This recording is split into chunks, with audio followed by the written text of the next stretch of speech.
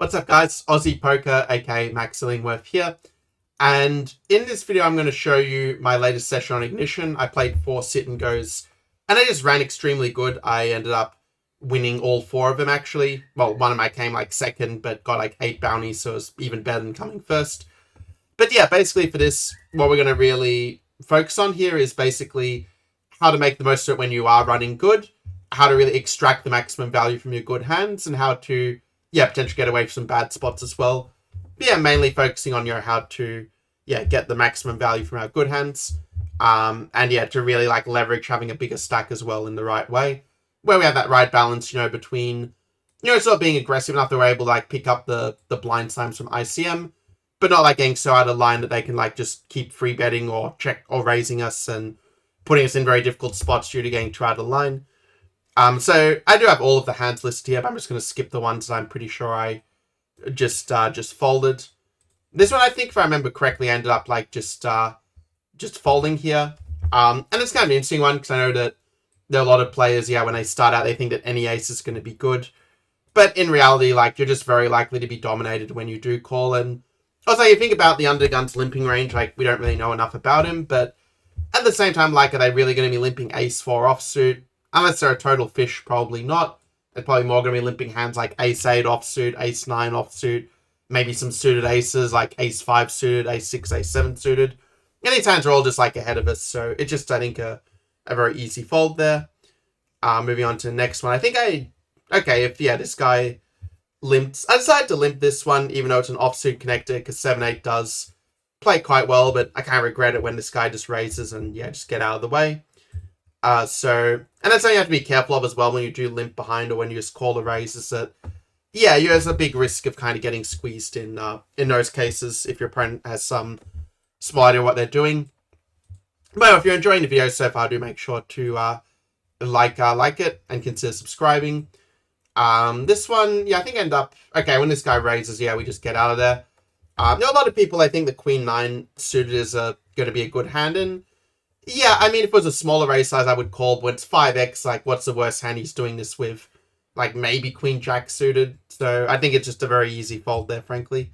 And by avoiding these marginal spots, like, especially when you are multi-tabling, you're just able to avoid, a lot of problems such. We're making a quick decision, maybe with a weak pair where, you kind of have to be right about how much the opponent is bluffing in those spots.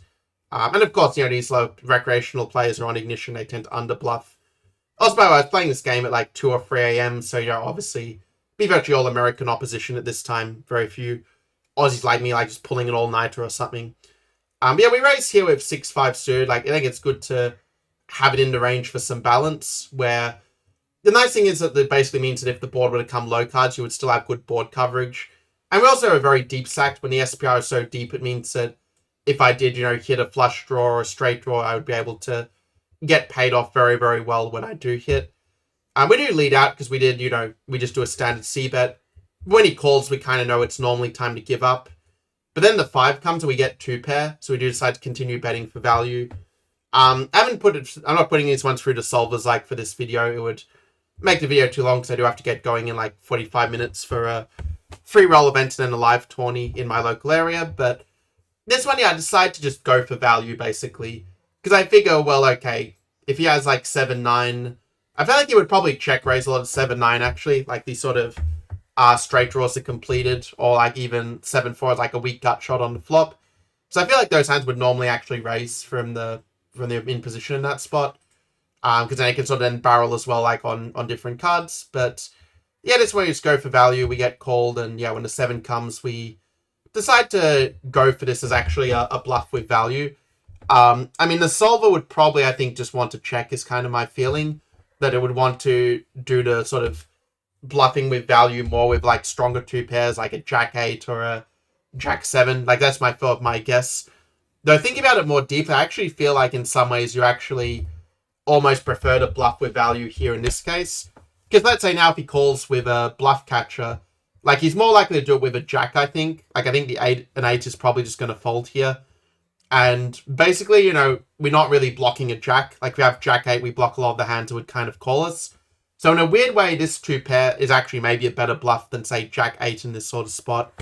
in the end, though, we do get the fold. I mean, also another factor is, yeah, I felt that, if he did have a 9 at this point, he might have potentially, like, bluff shoved here with a, some sort of combo draw, like if you had a 9 of spades, like with a, well, ace 9 suit, probably free bet to say, like king 9 suited, for example, would probably, like, shove here with the combo draw. So, yeah, so it ends up working out. He folds and we're able to get an early lead in what was basically a triple up format. So, like, with this one here, pretty sure that this one, not the knockout tournament, but the triple up from memory.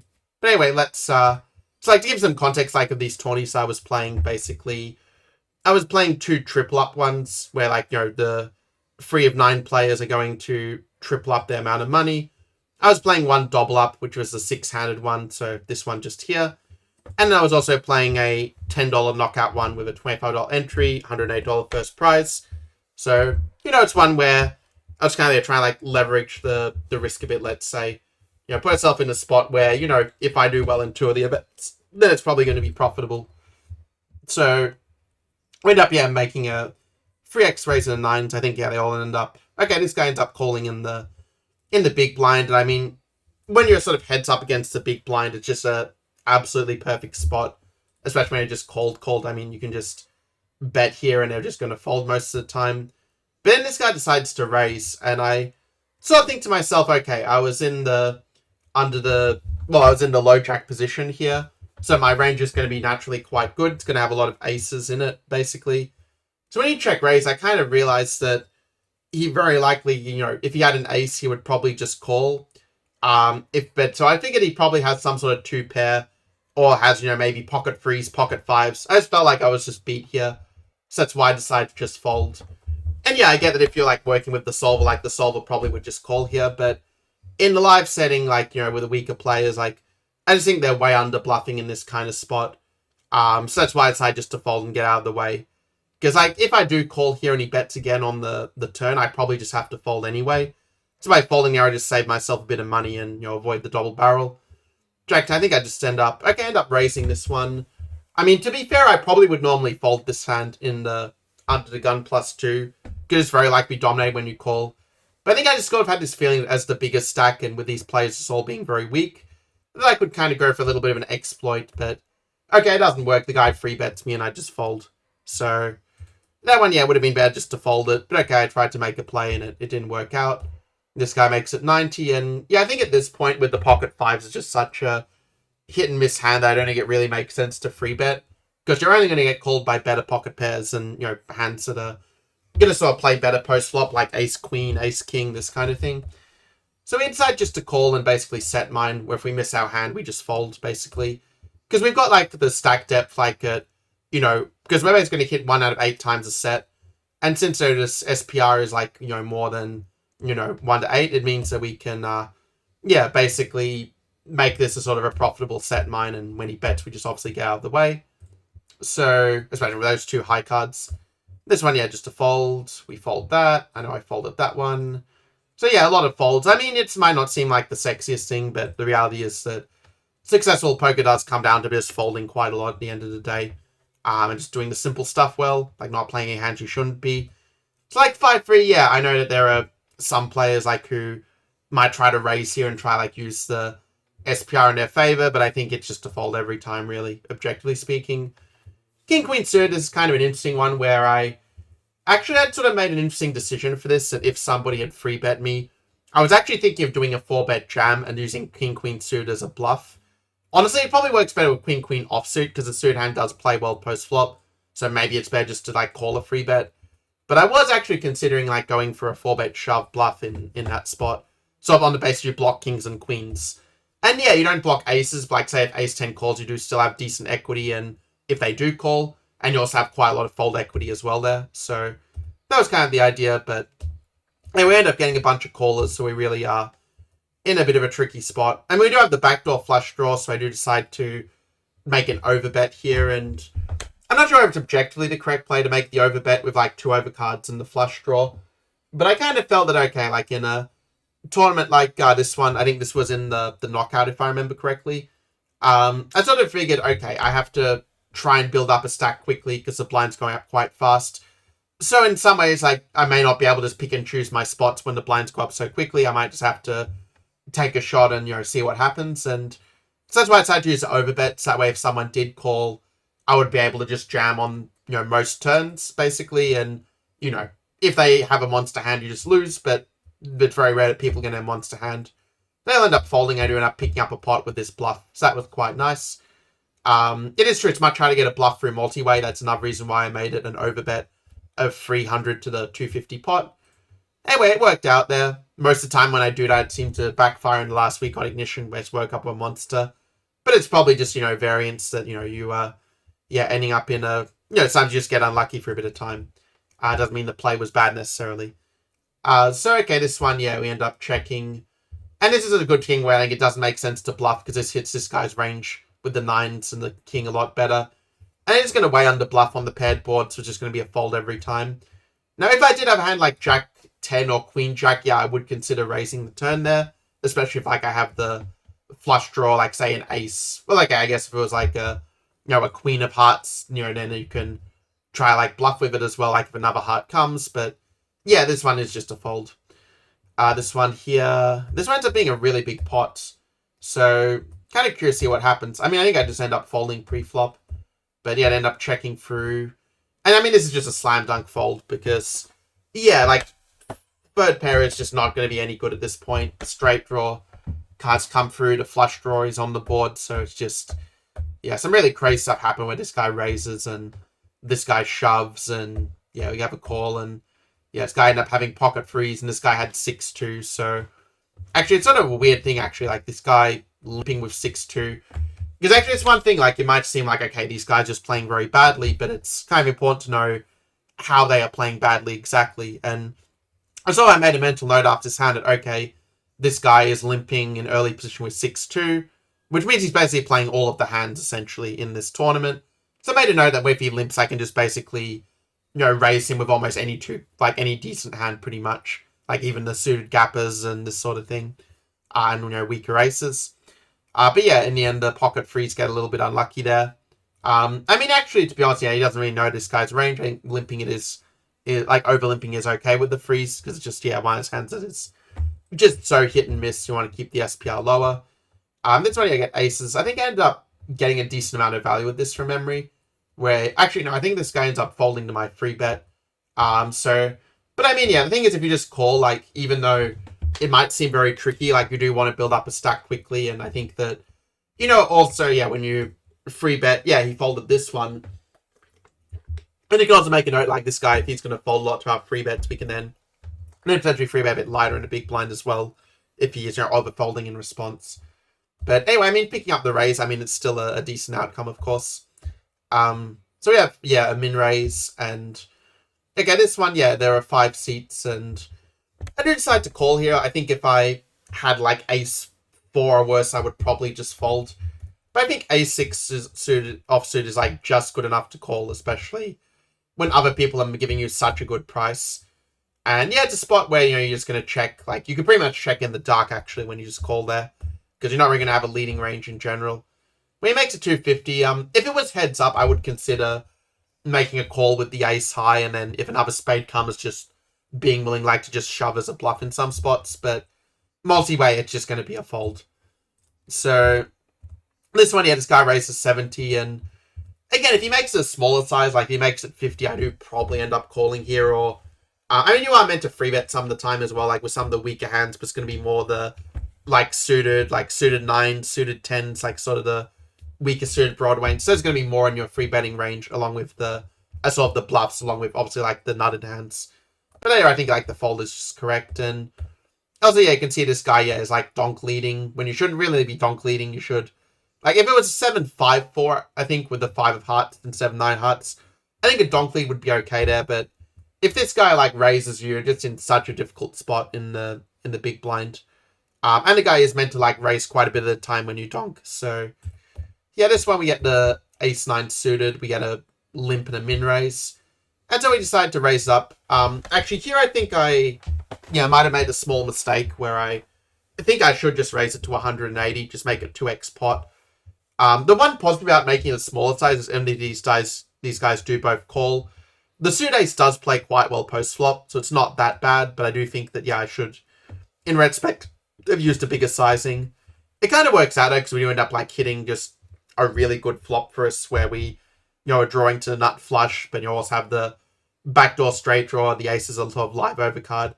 So I do decide just to lead out here, just under half pot, kind of figuring that, they're probably going to fold, like, the other overcards. I mean, we are blocking, like, the ace as well, that might continue to a bit under a half pot bet, like with ace high. Maybe not multi-weight, it probably plays more heads up, but yeah, we do end up getting the calls, and yeah, we end up hitting our flush, so sort of the bet proved quite effective, where they were just calling with probably just some pair. And I forgot whether I got paid off in this one or not. So when I'm sort of in this situation, I just think of basically how can I get all the money in, where they're going to, call me, and I'll be able to just stack them.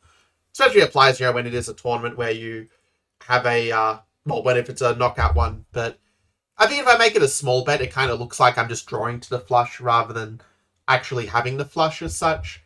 I think these guys are a bit too loose passive. I don't think checking really makes sense because they're going to be afraid of the flush and a straight. But if it's small bet, it kind of prices like if they have a drawing to a flush or a straight, it kind of prices in where they might continue. And where they're definitely going to continue like with, a king and probably even with a 10 as well, actually. So when a 6 comes, yeah, it is true. There was a small chance a guy was slow playing 8s and has a full house. But the reality, also playing like 10s, let's say, but I think it's a 10s would probably have free bet, on the, or like even let's say 4 bet on the pre-flop, or I would have, raised on the flop. So I figure, okay, I'm almost certainly good, and I'd decide just to raise to an amount, just to put him all in, and, he ends up, I don't even know what he had, but yeah, he didn't have the literal nuts, and, well, he didn't have the nut flush in this case, and he didn't have a full house, so we just win, and like that's sort of the double ups that really basically allow you to win the tournaments, when you're able to get someone for their whole stack when you do hit their hand is just such a valuable skill. Like, if you can do that well, like, even if a lot of the other parts of the game are quite bad, you'll still be able to often still be profitable as such. So this one, yeah, we make it 3x. Now, normally this stack size, I would consider making it, like, just 2x. Well, okay, to be fair, that probably would happen more. It's at 100, but I decided to make it 3x, hoping to get called, but they fold. Not a lot you can do there. This one, yeah, when he limps, like, you're going to have to think, like, is he limping with, like, 10-7 or limping with 9-8 offsuit? Probably not, so it's just a fold. So we have Queen 9 here.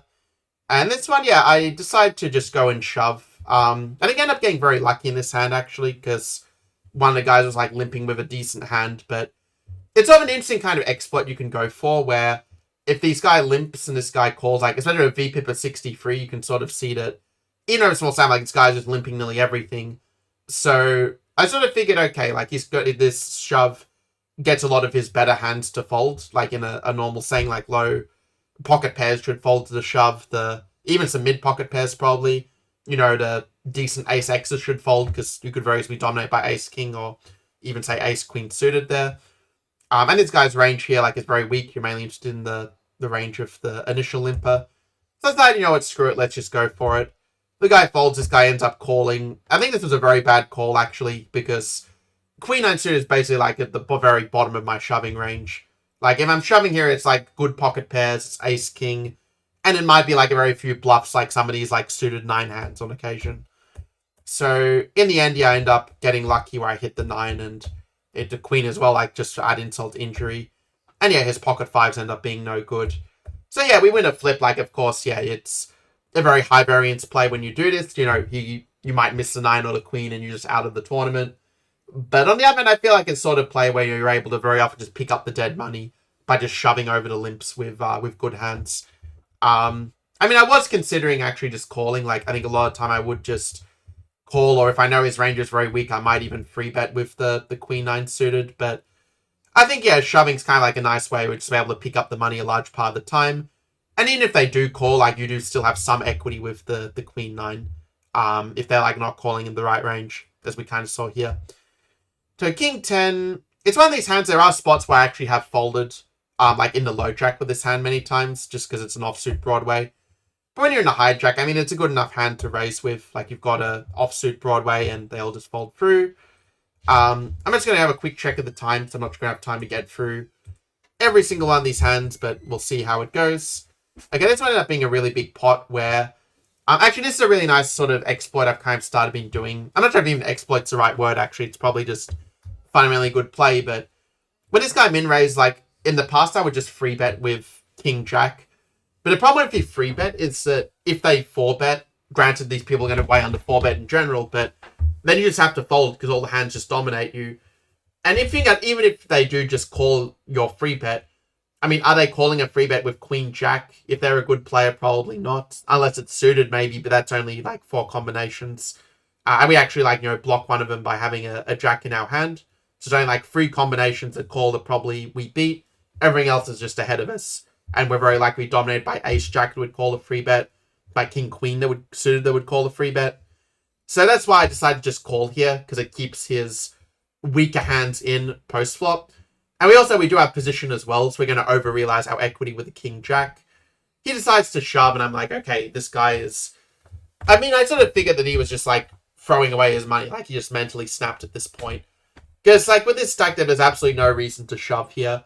In fact, because I mean, the King does sort of hit his range somewhat well, so, I mean, I think a small continuation bet is fine. But then if I were to call, he should probably, like, slow down a bit on the turn and river. So, at this point, yeah, he does shove, and I mean, I think you can't fold here. There have been times in the past where I would kind of overfold these shoves, but after playing on Ignition, I noticed, like, that some of the players were just, like, shoving. Like, 50% of the time they're shoving with complete rubbish or just with some random draw. And, yeah, we do have the King of Hearts. Like, that was not fact my decision. You do have the backdoor heart draw, like, second nut heart draw to go with the top pair good kicker. So it's a call, and yeah, you guys are going to find it funny what hand he called with. Actually, no, he called with pocket queen, so... Actually, yeah, for some reason I thought he had called with 4 in his hand, like ace 4, but I think I'm thinking of another hand that comes later. But actually, this is quite a good lesson, because let's say, if I had free bet, I mean, he would have probably 4-bet with the queens, and I would have had a fold. Whereas if I was able, to see a cheap flop with a hand that does flop reasonably well, with, the offsuit Broadway. And then from there, I was able to basically, when I hit the king, he way overvalued his, his pocket pair as such. And, like, even with low pocket pairs, like, I've noticed that just in general, a lot of these recreation players, and even some weak regs, they're going to just get married to their hand where, like, I have queens, I can never fold. Like, even if the board comes, like, ace, king, jack, for example, they'll still treat the queens as if they have the literal nuts, because they just can't let go of the hand. Like, a lot of people do with ace, king as well. Will triple barrel with ace king, even if it's like a board of almost exclusively lower cards as such. Like, say, 7, 6, 4, 8, 5. Well, that would be a straight, but yeah, like, if it was 4 to a straight, like, low cards, I'll still, like, shove with ace king, because, like, it was a good hand pre-flop, but that just doesn't matter for the decision making. This one ended up being a big pot, yeah, because the guy raised, so we got out of there. Obviously, these offsuit aces, like, early position, just instant folds. When this guy raised 300, this is kind of an interesting one, actually, where, yeah, I ended up deciding to shove at this point. I think I actually had a little bit of a read. Like, I sort of felt that this guy was maybe a little bit... I can't remember. I just had this gut feeling, like, when it was raised. Like, I think he did his raise very quickly. And so I kind of got a read that because he raised so quickly and didn't think about it, that he doesn't have a absolute monster hand. I think that's sort of what I kind of intuitively picked up on. And that's why I kind of decided to sort of turn this into sort of a free bet bluff. Because ace-8...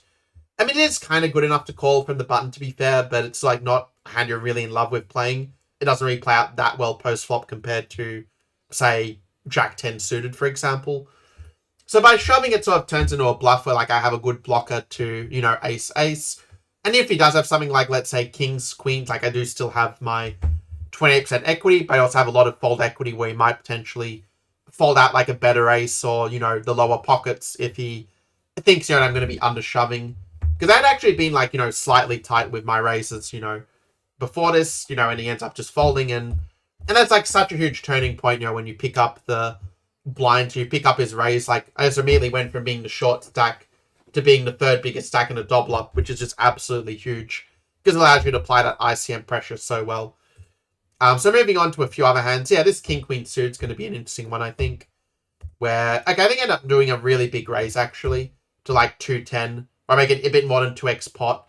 And as well, I was looking at the VPIP stats, seeing, like, these guys are a little bit loose passive. And, yeah, also, I just felt like, this guy... Okay, he did free bet one hand, but, as you can see, like, just picking up free money, like, when these guys are limping. And, Because in the past, like, I tried to punish the limpers, like, by just raising to a normal size. They just would all call. Like, when one calls, the rest just all kind of priced in to call. It's how I would think about the hand. When you raise, like, this big size, like, let's assume you've got aces or something really, really good. And, if they call, I mean, you're still likely to have the better hand and a hand that plays very well post-flop with king, queen suited. So, it's just very nice when you just pick up that free money so easily. So, yeah, this one, a very clear fold. For some reason, I thought that Jack 8 was suited for a sec, but it wasn't. Though, to be honest, it still doesn't really change the decision. So this one here, yeah, we have like a limp, and yeah, I decide to raise once again. Like, I think that ace 9 off is not a great hand to limp behind with, because it's not going to play that well post-flop. Like, either you hit the ace and you bet, or you don't, and you have to fold. So yeah, I think it just makes sense to raise, just try to take it down pre-flop. I did decide to size down a little bit here. I think the reason I sized down a little was because of the fact that I'm the big stack. They're less incentivized to want to get into a spot with me post-flop, like, especially when they're out of position. So because I have position, just why I decided to slightly size down the raise. So, like, they're a bit more inclined to call, but I still, like, playing a big pot in position. They'll decide to fold, so I can still pick up, as you can see, like, 3.5 big blinds, which is way more than what ace 9 would normally at post-flop. So it's a pretty good outcome, and you can sort of see how by just, like, taking down the blinds over and over with a good hand, you can just really, just build up a big stack quite nicely. Queen 8 suited, yeah, it's kind of a close one, I think. Like, it is what I do sometimes fold. But again, because I'm the biggest stack, I do want to decide to apply a little bit of pressure, where I'm in a spot where if they do shove, I can just get away quite easily. But where a lot of the time they're just going to fold, and yeah, this guy is heads up. And so I just do a very small c-bet. Like, this is one where I'm kind of almost doing a blocker bet, where, I mean, I probably chose too small of a size, honestly. I should probably do 200. But I think it was that, like, it's the sort of situation where, again, he doesn't really want to play a big pot against me, because then he risks, like, just losing his whole tournament life. So I think, okay, if I bet a tiny amount, if he has a really good hand, he's just going to raise, and I'll be able to get away cheaply. Whereas also, like, yeah, I figured it only has to work, like, one, every 6.5 of the time. So, like, risking 100 to win 550. But he ends up raising, we get away, and, you lose 100 by doing it, but I don't really hate the decision to take a stab in that point. This one, you end up just folding the suited king. The suited king kind of plays better deep stacked, honestly. If you're, like, calling out a position. But anyway, yeah, this one just to fold. Don't know why I played through that hand, but yeah, we get 7-9, and this one I decide just shove once again. Like, it might seem very weird to, like, shove with 9-7 suited when, all the hands at call are going to be basically ahead of you there. The thing is, like, this guy is limping, like, 44% of hands, right? So he's got a very weak range, especially when limps on a button. I mean, if he had, like, 9-8 suited, he would raise that, I'm pretty sure. I don't think he would limp in that spot. Okay, if he's raising really, it's kind of as a bluff, because if the guy shoves, you have to fold. But, you could kind of make an argument for as a steal. He's limping with all kinds of junk.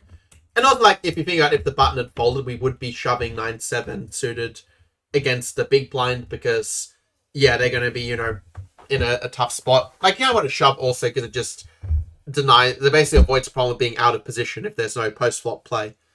So they end up both folding, we just pick up 2 big blinds like that, always nice. So, yeah, this was just a nothing hand. Fold, we folded that, I think. 8-4. Yeah, this one, nothing really happened. I think I ended up getting a walk in that one. So we end up getting Jack 10 offsuit. And this guy limps. It's kind of a weird spot where, okay, I do decide to raise. Like, I do think that Jack 10 offsuit, like, if this guy, let's say, was, limping, like, say if he had, like, a balanced limping and raising strategy, I think there would be better just to call, to overlimp with the Jack 10 offsuit, because it does play well post-flop. But this guy's having all kinds of junk, like, pretty much any Broadway, even an offsuit one is going to be good enough to raise here. When his players are playing, like, so many hands. The button does call. I was not really thrilled by it, because now we are out of position. I mean, when the ace comes, yeah, it's sort of a case where either they have the ace and we're completely screwed, or they have nothing and we probably just, can take it down. So I decided to make a small bet, like you generally should bet, about like 30% pot or so on these paired boards. And when they all call, I know it's just time to give up here. So they check, the guy bets, and yeah, it's clear you have to just get out of the way. So, but yeah, by betting 150, like, it doesn't have to work that often. Like, most of the time they'll just miss the board and fold. And when they call, I mean, you're still, like, it's a way you can kind of buy, like, it's not here we're basically able to buy 2 cards, basically, by that call. It's like, let's say if the board had come you know, Jack or something, or 10-10, you know, then we suddenly, you know, have a full house in that case. So, you know, it's like, you know, we're able to like buy cards to give us a chance to improve. Sometimes also when we bet, like, even when it doesn't work out, like, there is still a chance to improve to a better hand that might be good enough to win a pot, potentially. Maybe not on that board, but let's say on a different board. This one, yeah, we can skip. So okay, then this guy raised, yeah, we just obviously get out of the way. Like, even if it was a suited connector, I would still fold it, because you just don't have the SPR, that is stack to pot ratio, in order to justify it. Like I've said before, like, the suited connectors, suited aces tend to play a lot better deep stacked. So let's see, how many hands do I have left to go? I'm kind of curious. Because yeah, I want to make sure like my timing is decent. We might not get through every single one of these, but I'll try to get through, like, you know, a few more at least before I finish up. And also, I think like these early stage ones are kind of maybe in some ways more instructive. Like, when you get to very shallow stack, the hands do kind of play themselves, in all fairness, where it's kind of like, you know, you're basically like just going to be shoving or folding like a lot of the time when you get to like 20 big blinds or less, where it's going to be rare. You're going to kind of have like a, let's say like a free betting range, for example. Like, it just makes more sense to shove most of the time there. Like, okay, you might free bet like with a really nutted hand, let's say, and a few bluffs if your opponent's playing well, but yeah, otherwise not so much. But you have to be careful as well. Like, let's say if you are shoving like the middle part of your range, like, then also means that they might think, okay, your shove's not as good if you're not ever shoving aces, kings, queens, ace, king. So, you know, you got to be a little bit careful of that as well sometimes. This one, the guy bets 90. I mean, our hand is just too good to fold at this point. You know, we do have the backdoor straight draw. But when he bets again, like, if he made it half pot or more, I think I would just fold here. Because we're also kind of blocking a lot of the bluffs, like with the, let's say, 9-8, for example, or the Jack-9. Though it's, you know, like an open-ended straight draw. But when the price is this small, we just have to call. And yeah, I decided to end up folding here, because I just felt like he was, like, the gut feeling I had when he makes a small bet, I figured he probably has a draw. But I also felt that hand is not really good enough to turn into a raise, because then we're only getting called by better hands. I don't think you're really getting like a queen to fold if you raise in this spot. Because it's kind of pretty obvious, like, that you kind of like, it's just a lot of draws that haven't hit. Because like, it's queen 7 like playing from the button this way? Not really. So when he bets, like, I think it's just a fold. Like, it is a small size, but I just had a gut feeling like that he was trying to incite me to shove over him and then call with like his straight or his flush that got there. So we just get out of the way, and I don't really regret how I played the hand at all. Because it's a suited one, we are going to raise here from the low jack seat. We do get called by 3 people, which kind of sucks, but the good news is the hand does play well post flop, where, you know, this one I decided just check. There's just too much action to do anything else here. When a guy bets 90, like, the fact is a 10 doesn't really change too much. I think I ended up deciding to call just because the bet size is so small. I felt like he might just be doing this with a flush draw or with a draw, like a straight draw. Though we are blocking with the jack, but I thought he might have a queen or something. So we do end up calling it, and yeah, we end up checking. When the guy bets, because he made it such a small side, I actually decided to call this one and just turn this into a bluff catcher, because a lot of the draws missed, and yeah, it turns out he was bluffing with 4-3, which shouldn't really be in the hand in the first place, honestly, with such small depth. But yeah, the reason I decided to call that is because that 2 is just such a brick where the straight draws miss and the flush draws miss. So if he has a straight or flush draw, not a lot of showdown value, like 4-3 suited has no showdown value, then yeah, basically like you should really be bluffing that spot. But he should make it a lot bigger. He should, I think, make it just a shove at this point, honestly. Because if he shoves, he gets like my 10s to fold. He might even get, I don't know if he gets a king to fold, but I mean, against some players, I might actually fold the king in that spot. But yeah, he just made it way too small of a bluff size. That was his mistake. Where it's a very easy call, honestly, for me. Anyway, so this one, yeah, we end up just folding. It's sort of as weird because this guy hadn't played a single hand. I felt that he's probably limping a monster, so I just get out of the way there, where my ace is very likely to be dominated. This one here is obviously just a shove, and yeah, you can sort of see some of these hands, like not a lot of like action in that sense. Maybe I can try to prioritize like a few of the sort of bigger pots that kind of went post flop in a sense. Just keeping an eye on the time, because I do have to go in 10 minutes. But yeah, let's take this one actually. Okay, this one just ended up being a shove when I just folded. So yeah, these sort of later hands, like not a lot to see, like not a lot of post flop action. Okay, this one we have like a 4-way pot, like these multi-way ones. always kind of interesting to look at because I know a lot of people really struggle with multi-way where you can't just, put into a solver to get the answer. But notice like how here I'm just folding, the second pair like without even thinking, because with 4 people in hand, someone almost certainly has top pair or better or a very good draw. We also are kind of blocking the flush draws with the jack, but even if we had a different suit for the jack, it's still just a fold. I think it's a very valuable lesson to remember, like when you get to like 4 people or more in the pot, top pair is rarely going to be the winning hand. It's only going to be 2 pair, set, straight, flush, you name it. So let's fast forward a little bit. Okay, this was kind of a big pot where we end up shoving. Okay, it's because they end up going all in. Queen 9 is, pretty easy shove. We end up losing because he had the ace, but, you can't really regret it too much in reality. Because, you have to sort of apply the pressure, I think, with the ICM. Honestly, I'm not sure, In some respects, he is kind of the shortest stack. So I think the call is fine, but if, let's say, he had 2k and this guy had 1k, I think it would be a fold in that spot for him. Because the chips you gain are, a lot less valuable than the price, of, losing the tournament if you lose in that spot. So this one, we end up just folding. Let's move on to this one. Yeah, this one ends up going post-flop. So this is one where...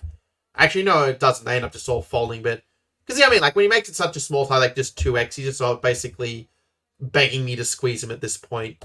And also I'm out of position as well, so it kind of gives a lot more reason to squeeze, because ace-jack off, so it's not going to play that great post-flop, unless you have a lot of high cards on the board.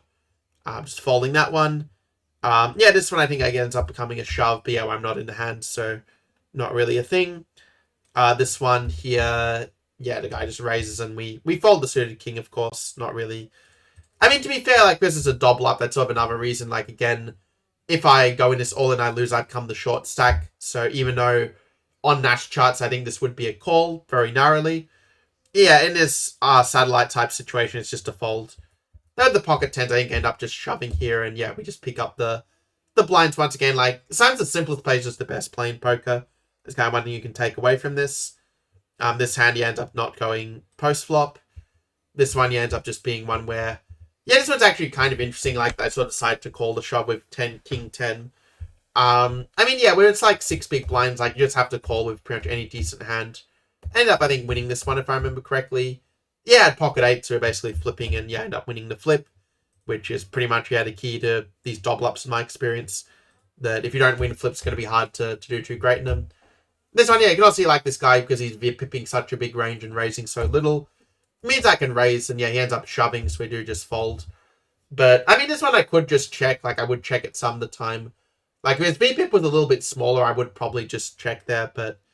Anyway, he had a monster, he limp jammed probably aces or something, so we just get out of the way. This one obviously going to be... Actually, it's kind of interesting that one I decided to just raise here rather than shove. That's sort of one thing I like to do, I like to mix up with some of the better hands. I find if you raise, it doesn't think you're just trying to steal and we'll just shove over you. And then you can, just call and just beat them most of the time. So this one's one where it's nice. We have top pair, second kicker. I think this is the one where I decide to check back here. And so the reason I decided to check back is I felt that the way the board is, there is a flush draw, but there aren't really a lot of straight draws. And I felt that by being out of position, putting this into my checking range, so it gives him room to try to bluff at this. Because when you have 1500, what a lot of these people do is they're just going to shove with any half-decent hand. So Jane kind of gives an opportunity to try to shove with something much worse. And we decide to shove, and he makes this kind of insane call with the pocket jacks. Again, a good example of somebody overvaluing the hand. A lot of people would actually shove with jacks on the flop, but we were kind of able to be a bit deceptive by checking the flop. He probably thought, okay, this guy doesn't have an ace, maybe he has a weaker pocket, or, king, queen or something. So by playing it that way, we were able to kind of get the call from a jack, where if we had shoved pre-flop, if we shoved on the flop, then he might have, folded in that spot. Thinking, okay, the guy clearly has an ace. So that's a little bit of the meta game there. This guy raises. We decide to re-raise again. I made it 3x. Made it 2x pot. This one, I'm probably doing this mainly using my stack size. I think if the stack size were about the same, I would probably just fold. But I think that when you are the big stack by big margin in these kind of triple up formats, basically don't really want to be in a pot against you. So you can kind of use that to your advantage by adding a few of these bluffs like king 9 offsuit, king 8 suit into your range as a kind of, exploit for the tournament situation. And in the end, yeah, they both decide to call, so it doesn't completely work out. But I do check, and then I'm able to just kind of steal. Actually, yeah, I decide to just go for a small steal, like it's a... Well, it kind of misses everyone, frankly, so I figure, okay, I can make a small bet. And then if, like, a spade were to come, like, if they had just called the river, I could just potentially shove, and they'd be very likely to fold, like, say if this guy was in the pot, or I could just, like, do, like, yeah, a decent-sized bet. But when he raised, like, it's clear that he has a good pocket pair, so we just fold and, you know, move on. And we didn't lose too much from taking a shot there. So this one, yeah, we end up just limping with the, just calling with the Jack-9 suited. It plays pretty well post-flop. And we end up picking up, yeah, a nice little combo draw where if someone were to bet, I would just shove over the top. Which I think is what I did here. I ended up just... Actually, no, actually it was something, yeah, in the game actually at first I thought I had a combo draw of like the flush draw and the gut shot. But it turns out, yeah, actually it's not the case. And fortunately, I realized it in time before I decided to shove, and I was able to get away and just fold. And yeah, this guy had top 2 pair, and this guy had aces, so a bit of a bad beat for the aces, but what can you do? This one, yeah, we're just gonna... I'm gonna show, I think, maybe 2 more hands. So this one, yeah, I think it was one where, yeah, it was a post-flop situation. Like, I wasn't in this hand, obviously, but yeah, this guy, like, bets, you know, like, yeah, 2/5 pot. Then this guy min raises, this guy shoves, and I'm just curious to see what hands they had. This guy had ace queen, and this guy had pocket king. So yeah, I mean with the ace queen, I think that you shouldn't raise. I think it's just a call, honestly, in that point. Like you call, and you know you just see what happens. Like if he shoves on like a river that's bad for you, like you may still be able to get away, but to be fair, it is probably kind of hard. Then there was a later one, yeah, where I had like ace 8, and I guess this is one where I decided to just call against this limp, because I guess I figured that he might be limping with, you know, that, you know, he might, you know, yeah, be limping with some hands that are dominating me. I mean, to be honest, I do kind of, part of me wish I did shove at this point, but I felt like it was a close spot, so I decided just to call, play a hand post-flop, and yeah, when I hit the ace, it sort of works a little bit in my favor, actually, because they would probably think that I would raise with an ace for the way I'd been playing, so putting some of these good hands in your, like, over-limping range can be a nice way to sort of, yeah, take advantage of them. But it might do something crazy, like just shove with maybe a king here, for example. Like maybe king 9 or something. And so we just call, and we end up just winning, where the guy was a bit unlucky because he had, like, yeah, ace 4, so he was limping a suited ace, which is not the worst hand to have in a limping strategy if you're going to do it intelligently. But because I had sort of just over-limped, I was able to, yeah, protect my range, and sort of just end up, yeah, stacking the guy when he overvalued his hand, because he just thought neither of us had an ace, but yeah, it was a little bit tricky there, and it paid off. Last hand I'm going to show is... But yeah, I'm going to show this one, because this one ended up being a really big pot, actually. But it's because this guy just shoved, and yeah, end up just... I think, like, King Jack's just going to be dominated, so just get out of the way. And then the guy had ace queen, and the other guy had ace 9, so like King Jack. Actually, yeah, it's not in the worst spot, but when ace comes, yeah, you're sort of glad you folded. I didn't get through all of the hands, there are a bunch more here, but I think this sort of shows, like, how to really set yourself up well, so when you do get to final table, or to get to the bubble into like a double up tournament format, then, you know, you're able to basically, you know, go in there with a very good stack. I do need to get going because I'm about to start a free roll tournament, but yeah, do make sure to like this video, consider subscribing as well, and I'll catch you in the next one.